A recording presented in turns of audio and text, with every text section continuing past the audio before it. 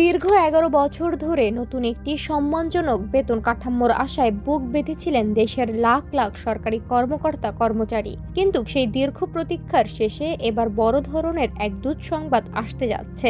আগামী ১ জুলাই থেকে নবম পে স্কেল পুরোপুরি কার্যকরের জোরালো প্রত্যাশা থাকলেও সরকারের ধীরগতির বাস্তবায়ন পরিকল্পনা কর্মচারীদের সেই আশায় বড় ধাক্কা দিয়েছে।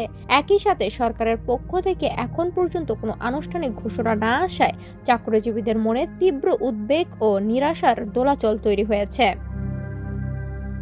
সবচেয়ে বড় দুশ্চিন্তার কারণ হয়ে দাঁড়িয়েছে পে স্কেল বাস্তবায়নের দীর্ঘমেয়াদী পরিকল্পনা। দায়িত্বশীল সরকারি সূত্রের আভাস অনুযায়ী নতুন বেতন কাঠামো পুরোপুরি কার্যকর করতে সরকারের ৩টি অর্থ বছর লেগে যেতে পারে। খসড়া পরিকল্পনা অনুসারে আগামী ১ জুলাই থেকে সরকারি চাকরিজীবীরা নতুন মূল বেতনের মাত্র ৫০% সুবিধা পেতে পারেন। বাকি ৫০% কার্যকর করা হবে এর পরবর্তী অর্থ বছরে। আর নতুন পে স্কেলের আওতাধীন বিভিন্ন ভাতা ও সুযোগ সুবিধা ধাপে ধাপে চালুর পরিকল্পনা করা হয়েছে ২০২৮-২৯ অর্থ বছরে। সরকারের এই ধীরগতির বাস্তবায়ন পরিকল্পনার খবর ছড়িয়ে পড়ায় কর্মচারীদের মধ্যে চরম অসন্তোষ দেখা দিয়েছে।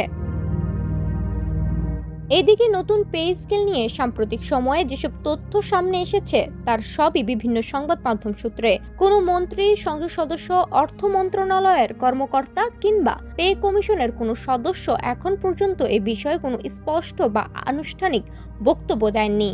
অন্তর্বর্তী সরকারের সময়ও একই ধরনের অস্পষ্টতা ছিল, যা বর্তমানেও অব্যাহত রয়েছে। এই পরিস্থিতিতে চাকরিজীবীদের মনে বড় প্রশ্ন দেখা দিয়েছে, ১ জুলাই থেকে আদৌ আংশিক পে স্কেলও কার্যকর হবে কিনা, আর হলেও তা কিভাবে বাস্তবায়িত হবে। বাংলাদেশ সরকারি কর্মকর্তা কর্মচারী কল্যাণ সমিতির আহ্বায়ক আব্দুল মালিক এই বিষয়ে গভীর উদ্বেগ প্রকাশ করে বলেন, মনের ভেতরে একটা ভয় থেকেই যাচ্ছে যে সরকার তো কিছুই বলেনি।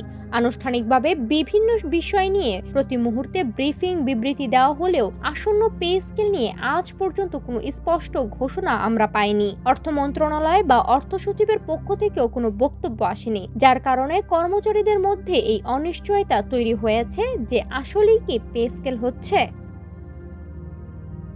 তিনি মনে করিয়ে দেন, কর্মচারীরা দীর্ঘ ১১ বছর ধরে নতুন পে স্কেলের অপেক্ষায় রয়েছেন এবং নির্বাচনীয় ইশতেহারেও প্রধানমন্ত্রীর ক্ষমতায় এলে পে স্কেল বাস্তবায়নের ঘোষণা দিয়েছিলেন। আগামী ১১ জুন সরকারের প্রথম বাজেট উপস্থাপিত হতে যাচ্ছে, যার আকার প্রায় ৯,৩০,০০০ কোটি টাকা। চাকরিজীবীদের প্রত্যাশা ছিল এই বাজেট তাদের দীর্ঘদিনের দাবি বাস্তবায়নে প্রয়োজনীয় বরাদ্দ রাখা হবে। নতুন পে স্কেল বাস্তবায়নের উদ্যোগকে স্বাগত জানালেও এই ধাপে ধাপে বাস্তবায়নের দুঃসংবাদে ক্ষোভ প্রকাশ করেছে বাংলাদেশ সরকারি কর্মকর্তা কর্মচারী কল্যাণ সমিতি। গত ৩১ মে সংগঠনের আহ্বায়ক আব্দুল মালিক ও সদস্য সচিব আশিকুল ইসলামের পাঠানো যৌথ বিবৃতিতে প্রথম ধাপেই শতভাগ মূল বেতন কার্যকরের দাবি জানানো হয়। বিবৃতিতে উল্লেখ করা হয়, গত ১১ বছর সরকারি কর্মচারী